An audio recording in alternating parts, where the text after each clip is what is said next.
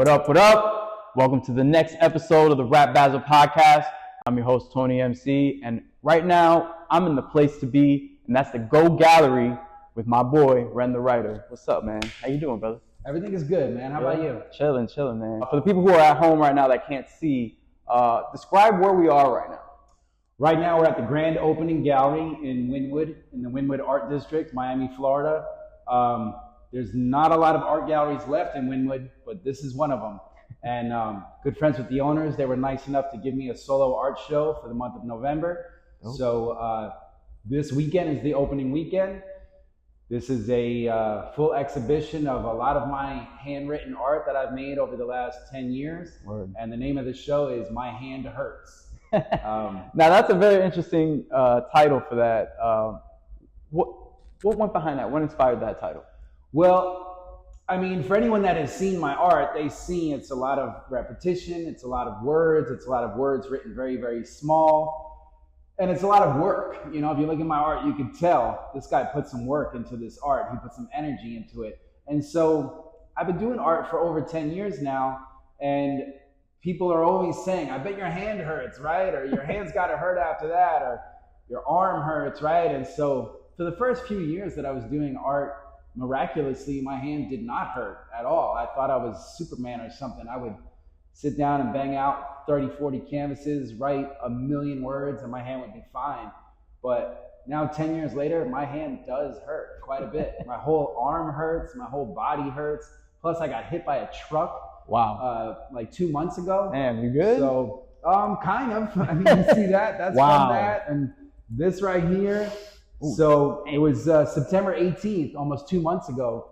I got hit. It wasn't a car. It was like a truck. It was like an SUV. And I was a pedestrian, and it slammed right into my body. So now my whole body hurts.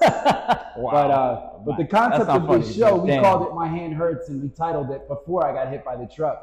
Yeah. But yeah, it was just kind of a funny play on words and a way to kind of play into what people are always saying to me. You know, people are always like, what's your real name? How long you been growing your beard? I bet your hand hurts, you know. So the type of things that I hear over and over, I get it. I get why people say those things. So I try to not get like bothered by it or whatever. I understand like when you're in public and you're doing something, you're going to get certain types of feedback over and over. Yeah. But so we titled the show just as a tongue-in-cheek way to address that. And it's like, yeah, my hand does hurt quite a bit. Well, I mean, at least you can find the humor in that for sure. Yeah, totally. Your artwork is very centric on, you know, obviously handwritten words and phrases. You know, obviously a lot of these pieces right here are basically comprised of words. What goes into that? Like, what inspires these phrases and the words that you use in your art? Well, I mean, it really all comes back to hip hop. And, you know, hip hop has been central as an influence in my life since I was like 7 or 8 years old. You know, I guess around like 85, 86, 87 was when I was getting into Eric B. and Rakim, Salt and Pepper, the Fat Boys, people like that, Kool Moe Dee, listening to Red Alert on the radio. And so, like most kids in that age bracket, you get exposed to music, and that becomes a big thing in your life. And it just stuck with me. So I went from being a kid that was into rap to being a teenager that was starting to write some raps recreationally. And then I became a college grad who wrote more. And then I discovered spoken word poetry, late 90s, when Def Poetry Jam was flourishing. Popping, yeah. Just being exposed to that lane and seeing, okay, so there are poets out there that get on stage and essentially do a cappella rap, you know? So I discovered that, and I realized that's my lane. And so I became a poet, and I performed all over New York, all over Florida. I cut my teeth at the New Rican Poets Cafe and the Bowery Poetry Club, and you know, places like that are pretty well known to anyone that's tapped into I've been that. There, yeah. But yeah, so that's kind of, you know, where it started for me and just how I evolved as a man and as an artist. But then, you know, fast forward a little more, I cut my teeth with all this performing in New York, and then I moved back to Florida and performed a lot down here, and I started hosting all my own events. So I would do my own poetry, but I would also bring up poets and singers and rappers and comedians. And then after years of that, I got exposed to Wynwood and the magic of Wynwood and the magic of it back when it was magical. Now it's beautiful, but it's lost its actual magic, but it's still beautiful. I'm not a hater. I don't hate on the gentrification and evolution of things. Wynwood is what it is. But in 2009, when I first started coming here, it was literally magic. You didn't have to pay to park. Nope. Every single street was 2 ways. There was no one-way streets. There was tons of art galleries. Beer, food was all super affordable. And it was just very inspiring. And so, you know, all those years of hosting events and then hanging in Miami and doing stuff in Broward and Palm Beach, I started to meet all these visual artists. And I noticed a lot of visual artists were like unconventional, like they just made their own rules, you know, like they didn't go to art school, they didn't paint portraits of people, they did their own thing. And so I realized that's what I am, you know, because all the years that I was doing poetry and even just all the years that I was a student in school, my handwriting was always my thing. It was just always like this identifying factor in like who I am as a person. It was always my handwriting. And all the years before I started doing art, when I was doing poetry, and some of the years where I was maybe a little lost and didn't know what I was doing in life, my handwriting always like consoled me.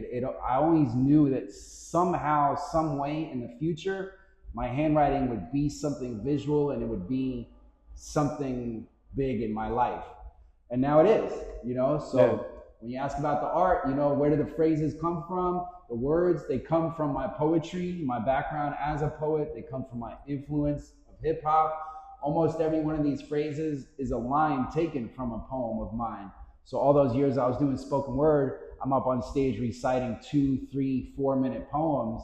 But then as I got into art, and also as I got on social media, this was around the same time I started getting on Instagram and Facebook, I saw how those platforms work. They're good for just like a good little quip, you know, you write a little sentence, like here's a sentence, it's witty, do you like it, you know, comment, you know. So that's when I started to like distill my poetry and truncate it and bring it down to like phrases, you know. So your comfort zone will kill you, you know, that's a line from one of my poems, but I pulled that out and started putting that on its own out in the world, and that became its own thing. So basically all these canvases, I consider this poetry, basically, this is the visual side of my poetry. Like I'm still very much a poet, but I just kind of make my living as an artist.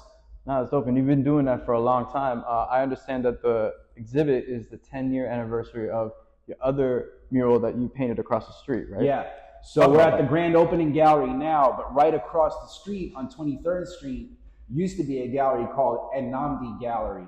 Now they moved up to like Little Haiti. They have a new location there and it's bigger. But back in 2014, I was walking down 23rd Street and I had this huge portrait of Nas that I was carrying. A friend of mine named Jake painted Nas, and then he gave it to me and was like, maybe you could write Nas lyrics all around on the portrait. So I was on 23rd Street. I'm walking down the street holding this huge portrait of Nas, and I see this really big blank blue wall.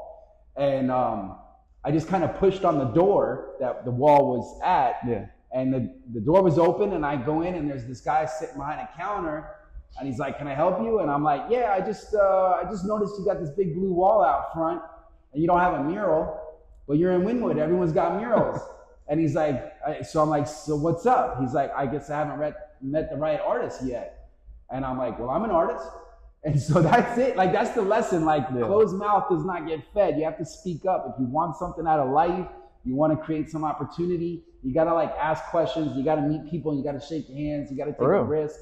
But so anyways, that was Jumani Nnamdi, the owner of Nnamdi Gallery, who I had met. And he just kind of took a chance on me. Like, I was honest. I'm like, I've never done a mural in my life, but I could try. So that was your first one? Yeah. Wow. So that was right across the street. That was in 2014. That was in like October of 2014. And he gave me permission to do the wall. I mean, he gave me permission. He didn't give me any money. You know, he wasn't ready to pay an inexperienced artist who just knocked on his door.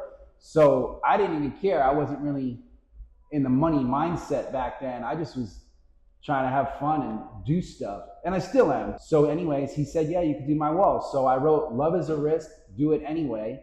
which is my own original phrase, comes from a poem of mine. And I wrote that phrase on his wall literally about 1,000,000 times. It took me about 6 weeks. The wall was about 40 feet wide, 40 feet tall. I used just a regular marker and I wrote the phrase like this tall and like this wide. So love is a risk, do it anyway only took up about that much space. And so if you take this, how many times does this fit into 40 by 40? It's like 1,000,000. Yeah. So I finished it the first week of December. I finished it during Art Basel in 2014. Okay. So that was 10 years ago. And I, since then the gallery has left and it's been a few different things. Now it's like a weed dispensary, but they have windows. And when they knocked out part of the wall to install the windows, I took some of those chunks of wall, and that's what that is hanging up right there. Dope. So here we are now at Grand Opening Gallery, and I've got a chunk of the actual wall that started my whole career. I would be not doing this if I didn't do that. So I did that, and now I'm doing this. Yeah, that's a really big full circle moment for you. Right? Yeah, I'm all about the full circle moments. Everything in life should be coming full circle. I feel like that's your approach with the pieces that you've done based on the artist, right? Because you do these pieces and then eventually you kind of like run into them and you get to show them that. Yeah. So I know that you've done that with several artists like over the years. I know I've seen a piece of Bambi that you did. You've done also, I think, one with DJ Clark Kent. You just posted about him not too long ago, right? Yeah, well, I didn't do any art with him, but I met him at an event and I gave him one of my Grateful for Hip Hop t-shirts. Okay. And his name was not featured in the art, but I met him. I knew who he was, of course. I gave him a t-shirt and then he passed away just recently. Man. It's crazy, man. A lot of hip hop is dying off. So it's important that we pay tribute and that's what I'm doing. Yeah, that's exactly what you're doing. Yeah. I know that you've got a couple pieces that you've done, or at least where you've brought your main piece. I feel like it's like your main piece, like the tribute to hip hop. First of all, talk about where and how you created that, and tell us who the people that you brought it to and who's appreciated it. Yeah, the story behind that is in 2018, I created what I call my handwritten art tribute to hip hop first edition. So I did that in 2018. Then about 2 years later in 2020, I created the second edition. So the difference between the two is the first edition had a little bit less names, written bigger. The second edition had a lot more names, written way smaller on a bigger canvas. Now that first edition I sold. I sold the original to a collector of mine. She has it hanging up in her house in Los Angeles. Nice. But I took a picture of the original and I've been making prints of that ever since. So when you see me with rappers and Cool G Rap and whoever and Smith & Wesson, and you see them holding the art, they're holding a framed print of the first edition. Nice. But then in 2020, I made the second edition, and I had no intention really to do a second edition when I was doing the first. When I did the first, I was just doing art, It wasn't all about this is gonna be the Grateful for Hip Hop thing, whatever. It evolved into that. But really, I was just doing it for this girl that asked me to do a piece for her. Mm. She had seen some other iterations of hip hop tribute pieces I did back in 2013. In 2013, I did a hip hop tribute piece like this, but on a piece of paper with a regular pen. Nice. And anyways, so in 2018, I made the first edition, sold it to this girl. And the reason I did the second edition is because there were some names that weren't on the first edition, and some of those people noticed. So DJ Lord Jazz from Lords of the Underground, when I started meeting rappers and giving them prints of the first edition, I gave one to Hakeem Green from Channel Live. Ah, shout out to him. Yeah, man. So he lives down here and stuff. He's a cool dude. I went over to his house. Actually. I see him at the gym all the time. Shout out to Hakeem, man. Yeah, shout out to Hakeem. But so I went to Hakeem's house and we hung out and I gave him a print, and then he posted on his Instagram the picture of him holding it. And then Lord Jazz jumped in the comments and was like, "You don't have Lords of the Underground on there? This is BS, whatever." And he was mad, but maybe joking. I don't know. It was just in text. And then I DM'd him and I was like, "Bro, I love Lords of the Underground. There's not a reason why your name isn't on there. I just filled up the canvas. When I get to the end of the canvas, that's it. I can't add more names, And he was cool, and it was just in my mind. I was like, man, this is interesting. I feel like I have beef with someone I grew up listening to. And then in my head, I was like, well, if I ever make another edition, I'll put Lords of the Underground at the top. And then there was some other rappers that had their panties in a bunch, because they didn't see their name. So finally, in 2020, especially when COVID hit and I was living in my van and I was single and I was just traveling the whole US, I was like, I'll buy another canvas, I'll make another piece, I'll add all these people, I'll make sure towards the top I put all these people that, you know, are mad. So the artists that are at the top, they're the ones that complain, right? Kind of, some of them. But Lords of the Underground is on the top line. But I wouldn't really say they complained, because then I got to know Lord Jazz, and he's the coolest dude ever. Aside from being a DJ and an amazing group, he's just a cool person. Dope. You know. But I was happy to put Lords of the Underground towards the top, and I was happy to make the second edition.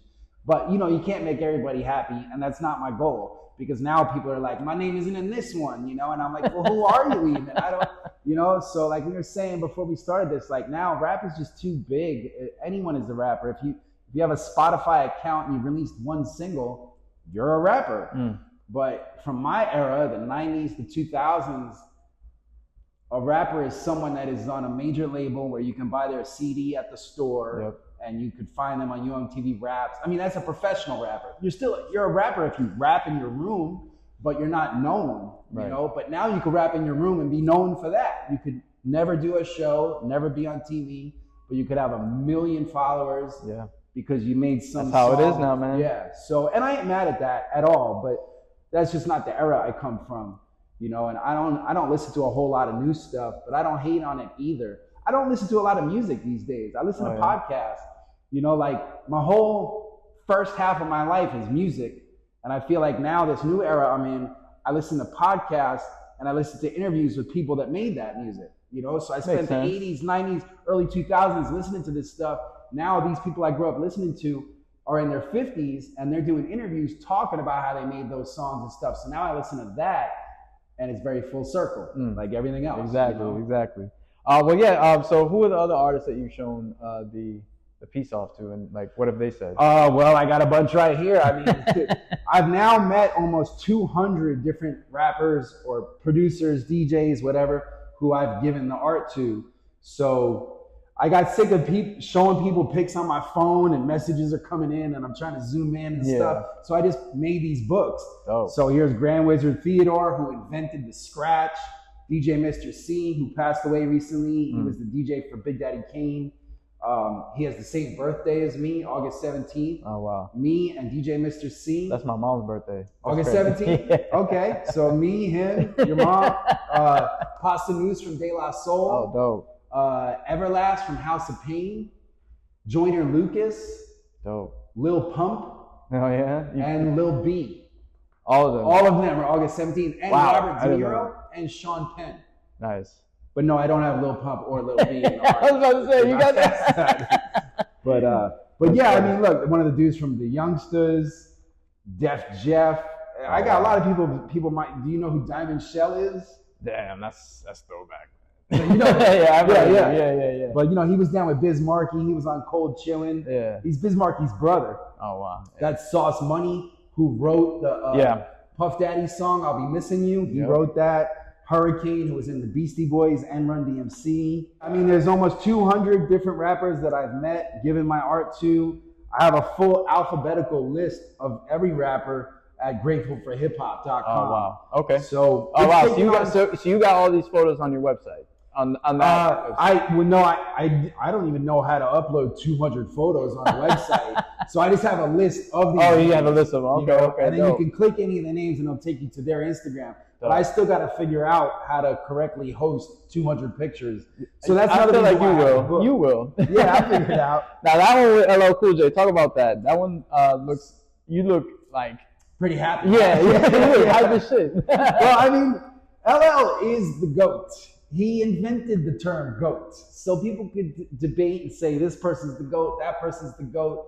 Truth is, he is the GOAT. He created that term. Everyone is saying GOAT because of him. And he's the original like rap soloist. You know, there's no bigger dude than LL Cool J. He's so big that we forget about him. You know what I mean? Like when you talk about your top 5 and stuff, people hardly ever mention him. But he is there, you know? But so I met him 2 times. This was at like a meet and greet that he did at Barnes & Noble in Manhattan. Okay. He had just released a book, and the book was called The Streets Win, or The Streets Won. So if you buy the book, you get admission to the meet and greet, and you get to meet him. So I bought the book. It was like $60. He autographed it. I met him, and I brought the art with me. But you know, there's a story behind every one of these pictures, and I don't have time for all that. But real quick, the story with this is like they said straight up, they're like, you can't give him any gifts. You can't get him to sign anything other than the book.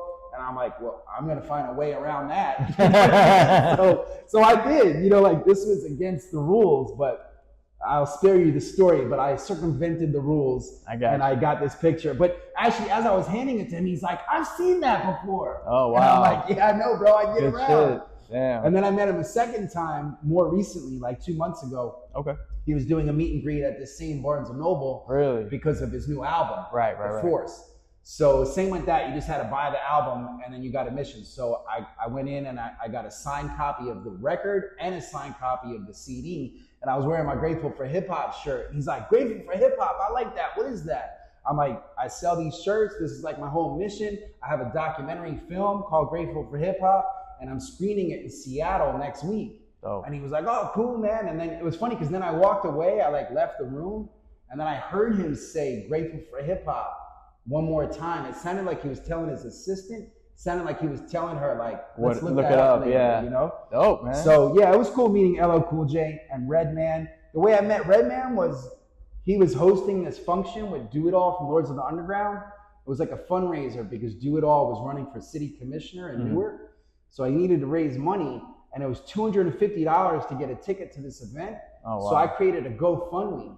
And the GoFundMe was like, help Renda Writer meet Redman. And I was living in my van, so I wasn't trying to raise just $250.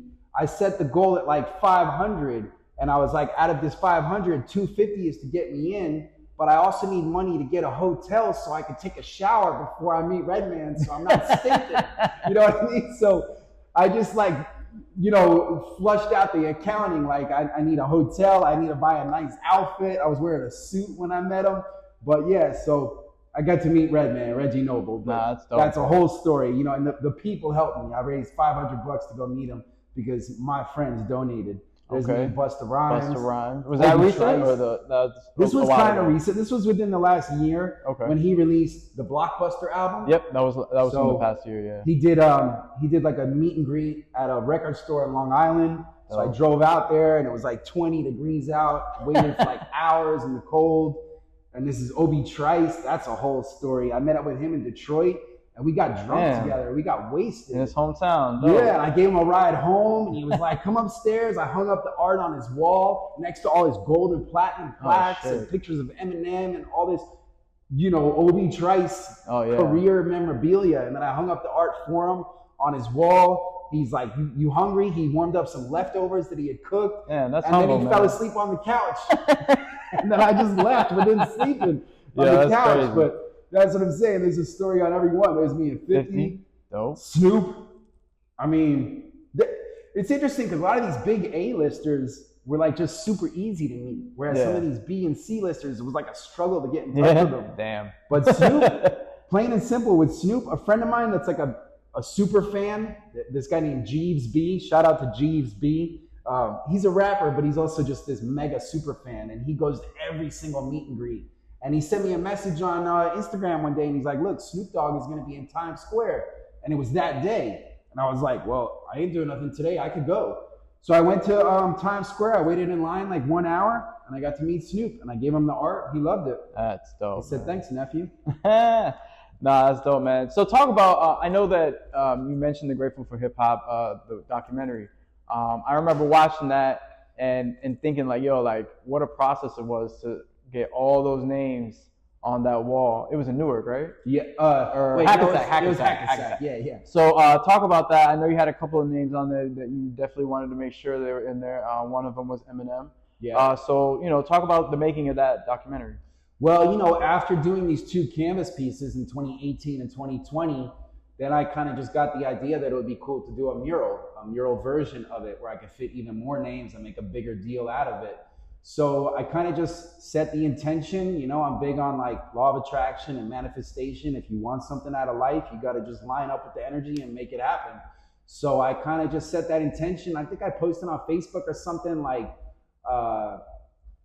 I'm looking for someone to document this mural I'm going to do. I want to make a documentary about it. And then this dude named Louis that had bought some art off me in the past contacted me, and he was like, let me give you a call. And then he was like, I don't know if you remember, but I bought a piece off you a while ago.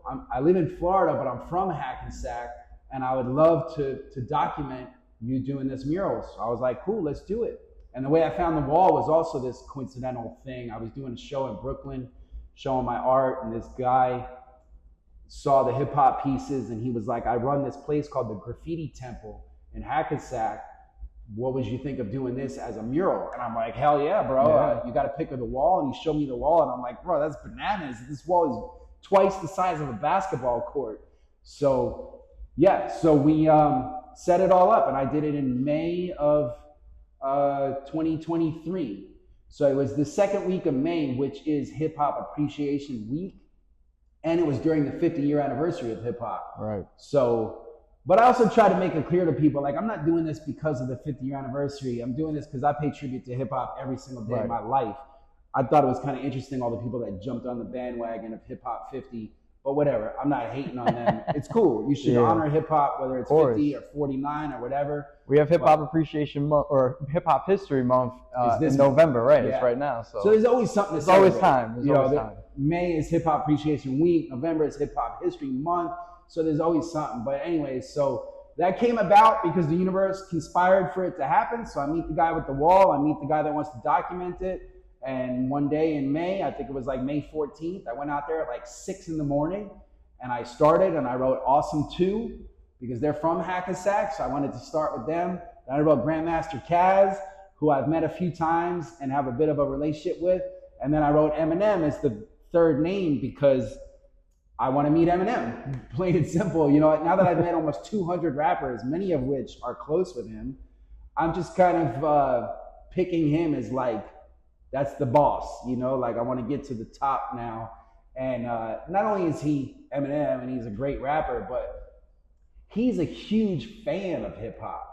You know, even if he was not a rapper, if he stayed, you know, working blue collar jobs, you know that he would still be a crazy head. He would be listening to hip hop all day in his headphones. You know what I mean? So that's how he is. And when he got inducted in the Rock and Roll Hall of Fame, he got on stage and just said, I got a list of people I want to thank. And then he just named like 100 rappers in alphabetical order. He was like, Awesome 2, you know, just like the mural. He's like Beastie Boys, whatever. And he just went in order. And I saw that. And I was like, bro, I got to meet him. Like, I could just tell he's a geek, you know, like he's a hip hop nerd. So I'm already envisioning it. I can already see it. Like, I'll meet him. I'll give him the art. I could tell he'll start pointing at names and be like, oh, you have Lakeem Shabazz. Oh, man, you got Def Jeff, you know? So he's a hip hop head. And I just feel like he needs my art. You know, he needs it in his house.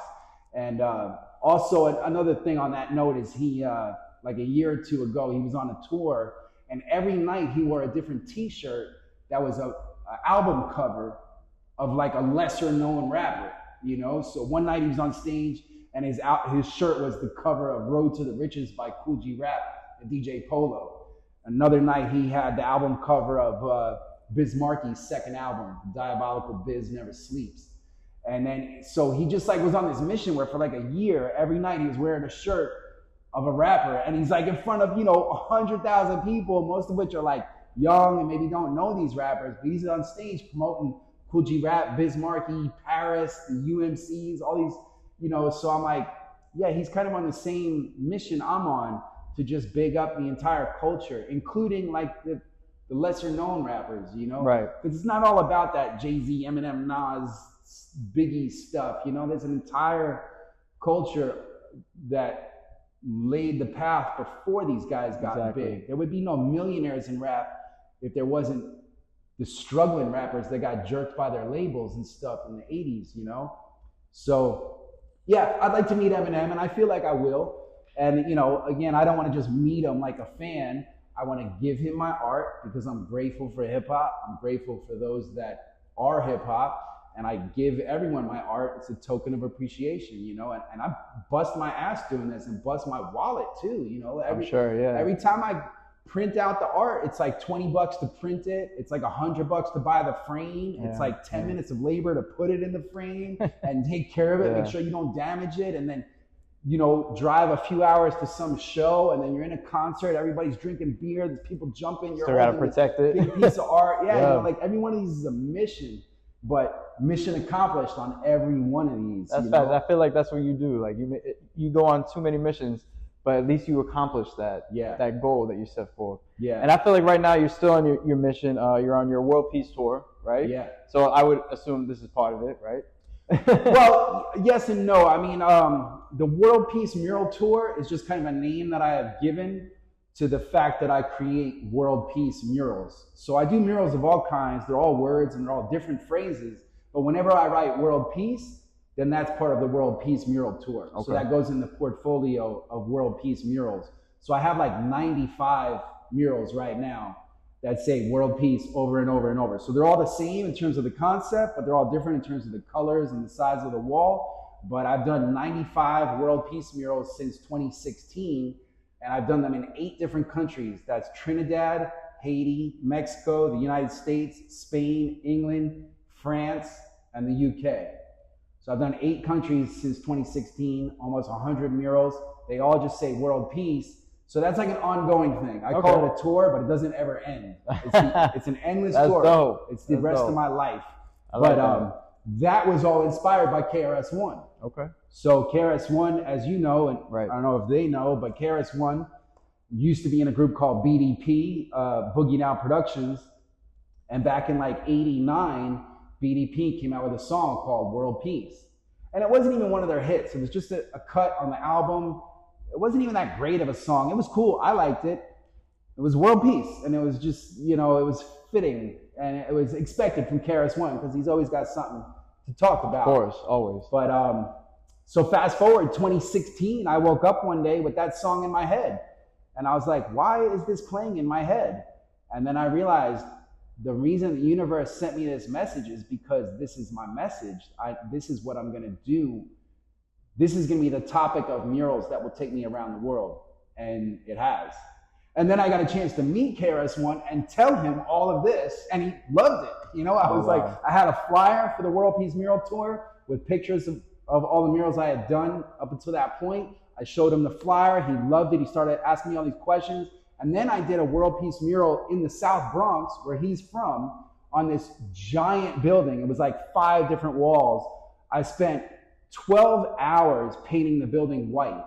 Then the next day, I spent 12 hours writing World Peace. And the night in between, I slept on the train. I was living in Florida, but I flew up to New York to do this mural. I had just discovered this app for low-cost airfare. So I found a flight for like $80 round trip. Wow. And I was like, fuck it, I'm gonna do it, $80. So I flew up there. I spent 12 hours whiting out the wall, and then I just jumped on the train and took a nap. Woke up when the sun came up, went back to the South Bronx, wrote World Peace all over, and it was like 25 degrees out. Damn. Both days. It was freezing. I had on like 3 pairs of socks, 2 pairs of jeans, 2 jackets, and I just went bananas, you know? And so I covered this giant wall in World Peace, and then I wrote, shout out to KRS-One and Scott LaRock, you know, and I also had a section of the wall that said South Bronx over and over. So it was kind of like the song, South Bronx, South Bronx, you know? So I told him about that too. But yeah, so KRS-One is definitely my favorite rapper, not only because of his music, but just because of the particular impact that he's had on me and the way that he's influenced my art. So the World Peace Mural Tour is still going. Is there any plans to do any new murals in the future? Yeah, always. I mean, I'm just always trying to do murals. I think about murals like sex. You know what I mean? Like it's on my brain all day. In addition to actual thoughts about sex, but you know, yeah, I'm just constantly looking for murals, and so whether it's world peace or it's a love mural or whatever it may be, but yeah, I mean, as far as the world peace thing, I want to leave the country again soon. The last mural I did out of the country was in Trinidad, and that was a while ago. That might have been 2020 or 2021. I'm not really even sure. So. But I would like to do one in Israel. You know, I like to do some world peace murals in the places that are at war, you know? And they would need it the most. They would definitely need it the most. And I'm not scared. Like I would like in my mind, I got these silly fantasies. I picture myself like in Israel doing a mural with a bulletproof vest on and with security all around me. You know what I mean? Someone's got to do a mural just of that scene. Yeah. And the news is covering it. And, you know, I could see that. Yeah. But, yeah, I would do Israel. I would do Ukraine. I would do Russia. I would do everything and anything, you know, when it comes to future plans. There's no limit to your imagination. You know, that's facts, whatever you man. can think of, you can do. And, like, all this is the proof, you know, everything. All this is the proof. So, I'm just constantly searching for my next wall. That's dope, man. Well, let me give you an open canvas real quick. You know, outside of the world peace, I guess, like, you know, theme, is there like a particular dream mural that you want to do? Like, it could be anything, anywhere. What would your ideal next piece be? I guess just something really big. The bigger, the better. I've done some really big murals. In Detroit, I did a whole building. In Barcelona, I did a really, really big one. But I would like to do something that's like so big that, you know, I need like scaffolding, you know, like a 10-story building. And that's doable. There are lots of artists that do that kind of stuff. Some, you know, like Especially Shepard Fairey. Yeah, Shepard Fairey does stuff like that all the time. You know, D-Face. You know, there's a lot of these international artists that bang out entire buildings and they have a whole team around them and they erect scaffolding and they do a giant thing like that. So I'd kind of like to do that. You know, I've done a lot of big buildings. I just want to go bigger, a lot bigger. And in terms of also, I want bigger significance, you know, like I did a mural on the border wall between Mexico and the US. Oh, wow. So that kind of came through the universe and through me putting out the energy that I need to put out to get back what I need. But a friend of mine on Facebook connected me with this artist in Mexico who was spearheading a program where he was having artists do art on the border wall. So he connected me with him and I flew out to San Diego, walked to Tijuana, linked up with this dude, and I did a world peace mural on the actual border wall on the Mexican side. So that wasn't very big physically, but it was big, just the significance that I could say that now. I did a world peace mural on the border wall. So something more like that, you know? But yeah, really, I'm just trying to go bigger and better with everything, you know? Bigger murals, bigger canvases, more collectors, just challenge myself. Sometimes it's hard to even predict how that's gonna happen, but it will happen. Word. Nah, I feel you, man, and that sounds like a great dream to have, and I know that you'll definitely make it happen. As far as for the gallery, like, is there anything that you want to talk about? You know, before it's a couple hours before the doors open. Like, is there anything that you want to say about the gallery before we wrap?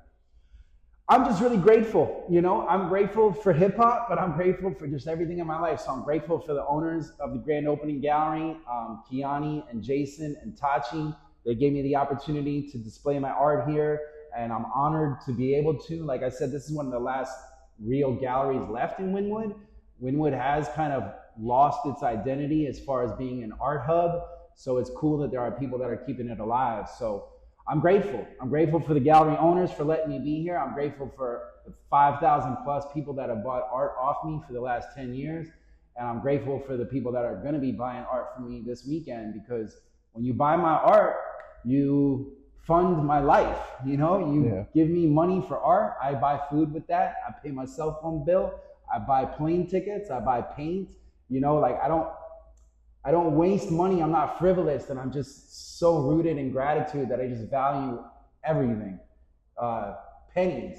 I don't know how much you follow me on Instagram, but have you seen my micro blessings? Yeah. So